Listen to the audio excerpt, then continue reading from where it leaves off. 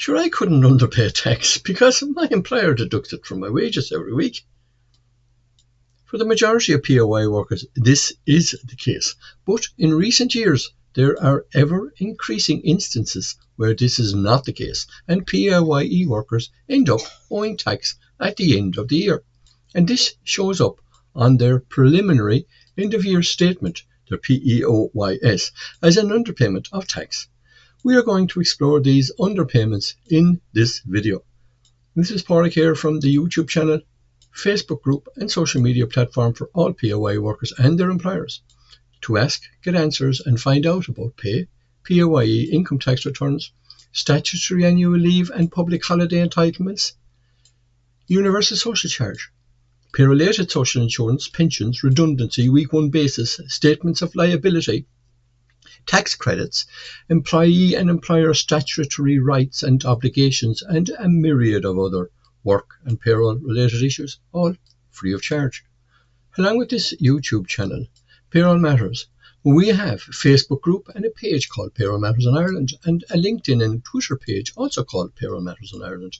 And new members, followers and subscribers to this YouTube channel called Payroll Matters are always welcome. The QR codes are here on screen, but the issue is that you need another device and to scan them. So your other option is to search for the group and pages if you so wish. Today I want to talk to you about underpayments of income tax to the revenue commissioners and reasons why an underpayment can occur for a PAYE worker. There are a number of reasons why you may have underpaid tax. For example, your employer or pension provider may not have used the most up-to-date revenue payroll notification or RPN. This may have resulted in incorrect tax credits or standard rate cut-off point being applied to your income. There are many and varied reasons for this and may not actually be the fault of your employer. More often than not, the reason for this are timing and time lag issues. There may have been a deduction or removal of a tax credit, and the additional tax due may not have been fully collected during the tax year. There may have been a change in your pay frequency, for example, a change from being paid weekly to fortnightly, or vice versa. There may have been a change in your employment during the year, which has resulted in you receiving more than 52 weeks tax credits or rate bands against your income. The death of a spouse or partner, separation or divorce, not advised to revenue. This would mean an adjustment to your tax credits or rate band was required. And those are some of the reasons, but the reasons that affect most PAYE taxpayers are related to Department of Social Protection, or what we know as social welfare payments. There are some taxable DSP payments you will need to declare to revenue. The following payments from the Department of Social Protection, the DSP, are taxable. Information about these payments is not transferred from the DSP to revenue. Blind person's pension, carer's allowance, carer's benefit, death benefit pension, deserted wife's allowance, deserted wife's benefit, disablement benefit when payable in the form of a pension rather than a once-off payment, and widows, widowers, or surviving civil partners, non-contributory pension. If you receive any of these payments, you must declare it to revenue. Not declaring this income may result in a tax liability and the notification of an underpayment on your preliminary end-of-year statement. To declare a DSP payment as a taxable payment, sign in to My Account. Select Manage Your Tax 2024 link in PAYE Services. Select Add New Income in your Additional Income section. Click Show More and select the correct DSP payment or payments. For each DSP income you are declaring, you will need to confirm the date the payment started and the current weekly amount. If you need to declare income for a previous year, you can complete an income tax return. In 2020, if you were in receipt of pandemic wage subsidy support such as the Temporary Wage Subsidy Scheme, the TWSS, or Pandemic Unemployment Payment, the PUP, that were not fully taxed during the year in 2020, your illness benefit payments may not have been fully taxed during the tax year, or you may have received pension or benefit payments from the Department of Social Protection, the DSP, which resulted in DSP income not accounted for during the tax year. Taxable Department of Social Protection DSP payments are liable to income tax, but not universal social charge or pay-related social insurance. Please note that if a taxable DSP payment is your only source of income, you may not have to pay tax. This is because your tax liability does not exceed your tax credits, or put another way, your tax credits are sufficient to cover any tax you may be liable for. For example, in 2024, a single person with standard tax credits and standard income tax band can earn income in the amount of €360 per week without paying income tax, as outlined in our video called 2024 Net Take-Home Pay Calculator, where net pay is equal to taxable pay less USC less PRSI less tax. If you have a DSP payment and another source of income, you may have to pay tax. If, for example, you are single with the normal single person's tax credits and tax band and have income in excess of €360 per week. As a PAYE taxpayer, revenue reduces your annual tax credits and rate band on your tax credit certificate, your TCC, to take account of any taxable. We mentioned the taxable payments that you need to declare to revenue because the DSP does not automatically do so. There are also taxable payments you do not need to declare to revenue. The Department of Social Protection payments listed here are taxable payments. Information on these payments is provided by the DSP to revenue. You do not have to contact revenue to report these payments. The DSP will notify revenue of the amount for income tax purposes.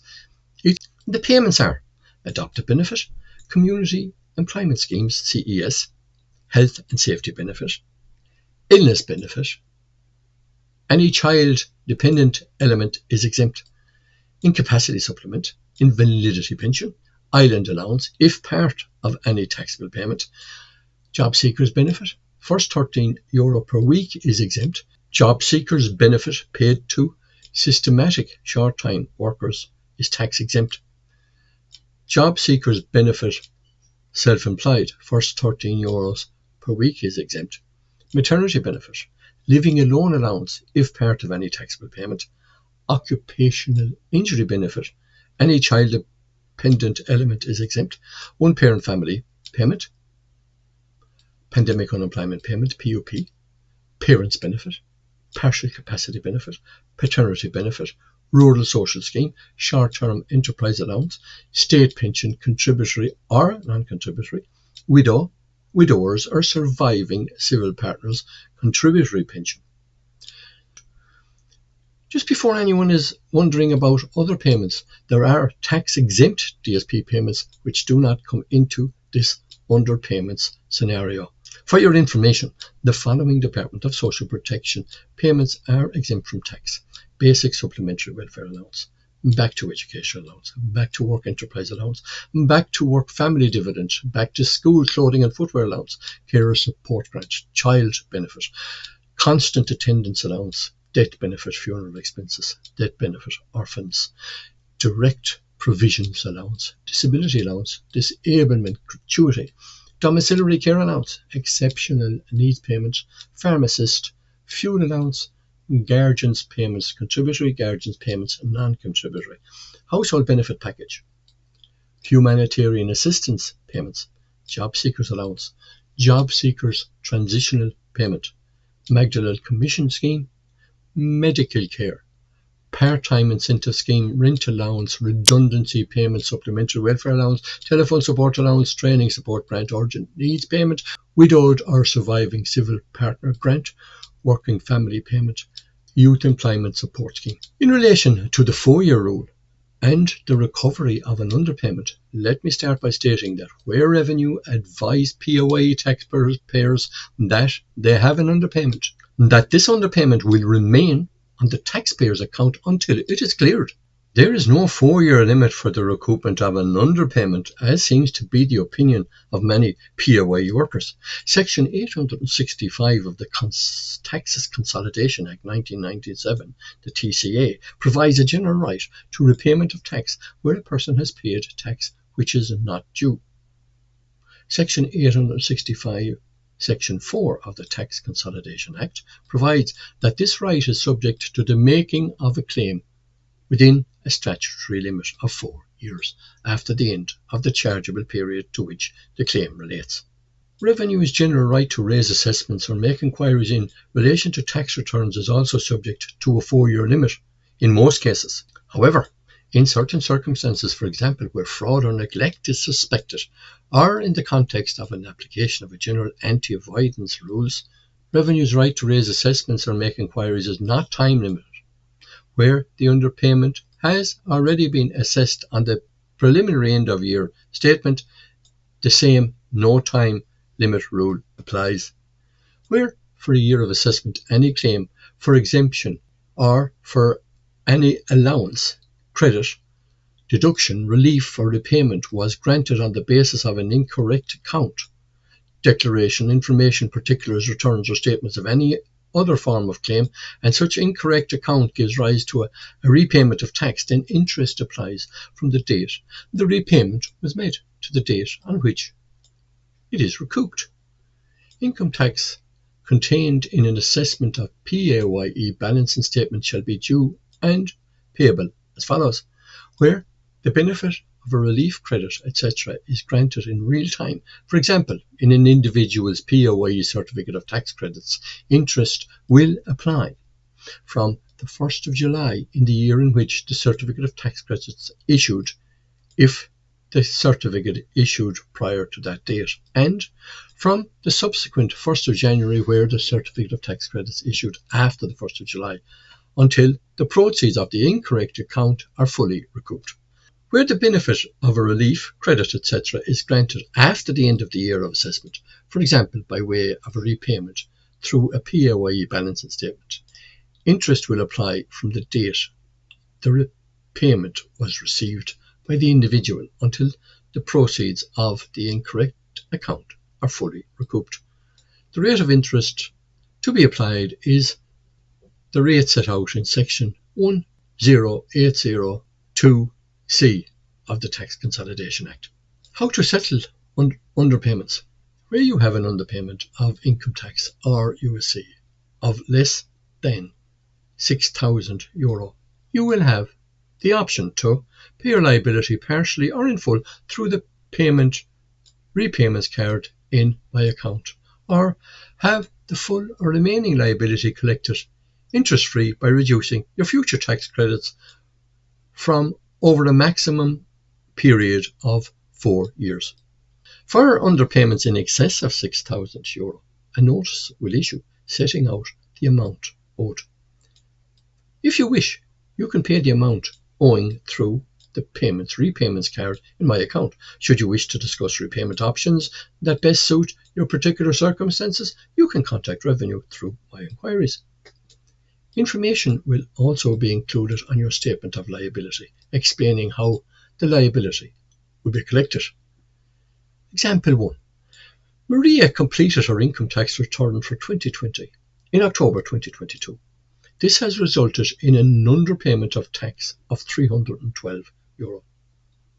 This will be collected by reducing Maria's tax credits over 4 years as shown here. Amount to be collected in each year: 2023, 2024, 2025 and 2026, €78. This table shows the reduction of Maria's tax credits depending on how often she is paid. Reduction of tax credits: weekly €1.50, fortnightly €3, or monthly €6.50. Example 2. Mark completed his income tax return for 2021 in September 2022. This has resulted in an underpayment of tax of €200. This will be collected by reducing Mark's tax credits over 4 years. Mark would prefer to pay the €200 in full. He can make this payment using my account. This means that Mark will have the full credits he is entitled to at the beginning of 2023. Before I leave you for now, can I ask those of you that have not already done so to hit this subscribe button and also to turn on YouTube notifications for this channel.